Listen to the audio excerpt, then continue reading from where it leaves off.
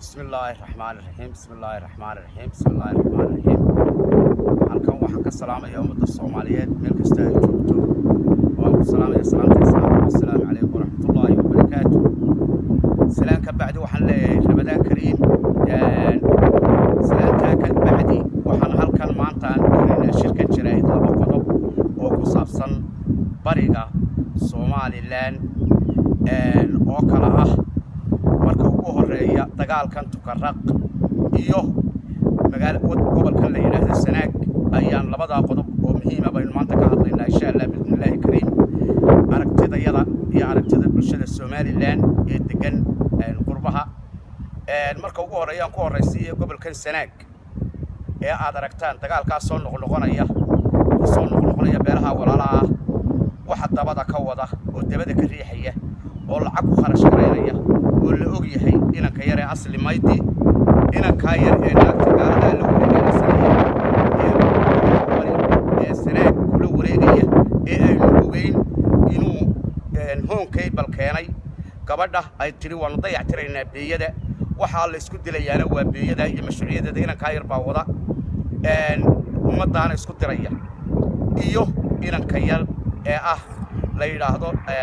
shafaad hay'adda isna wata siilaan iyo sadogow yahay dhibaatada isna ka wada dhakhtarada la yiri caafimaadka horumarkiisa halka isaguna labada nin ayaa ka wada gobolka bari ee Sanaag iyaga ka wada waxaan soo sheegi lahaa labada beelood nin islaam ah oo beelaha kamid ah ayaa wuxuu ku baaqay nabad dhalinyaradiisii oo garada ka hadla islaano waxa jiray nima matalo oo waxaanu colaad baanu qaadanay bal colaad qaadatay halkay colaad ku mariso ayaynu eegaynaa colaadimo wanaagsana inanka yare asli maydi baana lacag dhalinyarada ku qaybiyay oo yiriyaan nabadgelyo ka dhicin iyada oo aniga shirkadda la xidhan mooyaan dawladda Soomaaliland markaa waxaan u sheegayaa RRU-da ay kula wareegaysa masaakiinta Hargeysa iyo Burco guryahooda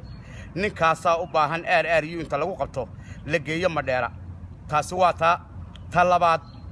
dagaalkan ka socda meesha lagu yiraahdo tukaraq mid waxay qusaysaa Puntland midna waxay qusaysaa Somaliland mid waxay qusaysaa Somaliland sixir bararkii kama hadlin oo dadka kala tagay qabyaaladu kala xaysay kama hadlin ciidamo ayaan taska ka xaystay guriyada leeyahay baa tagtay adigoo dhibaatadaadii labada reer dalkaaga iyo kala saari kari waayay ma waxaad kala saaraysaa Puntland iyo Somaliland oo iskale taasaan ayaan Somaliland u sheeglaa gudahaaga kelin gare ummadda qabyaalada ku kala kaxayseen ee sheeganta ugu magacawdeen ka solof gare marka tiina solof gareysaan iyo sheegantiin iyo waxaan ku ololeyseen marka tukaraqada doonaysa ka sheekay ciidamadana waxaan leeyahay masaakiinta ee lagu adeeganayo ee colaadda la gelinayo inay iyaguna iska daayaan oo way arkaane qoyaalad baa lagu kala kaxeeyay inaanay dhabarka iska toogan Puntland waxaan leeyahay Cabdi Waliyow timekii uu ka taagan yahay inaadeer oo waxa soo socda waxa la yiraahdo doorashada ama laga helo ama aad weydid laakiinse masaakiintan cayrowday ee 20 neef ariga u soo hadheen ee abaaraha ka soo dawo kaarayaasha la dul imanaysa kala noqda taasina waxaan leeyahay Puntland dawladda Soomaaliland ee ninka Salebaan gaal u weyn yahay isagana in laga qaado kursiga ninkaas waa ninka colaadaha asli maydi uu ku jira inanka yara asli maydi iyo Salebaan gaal waa shuraako percentage buu ku leeyahay isaga mashruuca u xidhay hal la qabto niman yow hadii aan mil dushii baa dhahaysana Soomaaliland waxa socda hadayda sheegin oo waxa wada aydan qaban waxaad ogaanaysaan in Hargeysa aqalada la isugu galay taas waxaan ugu boorijinaya gobolka bari Sool iyo Sanaag waxa ka wadaan ee asli mayd iyo shifaa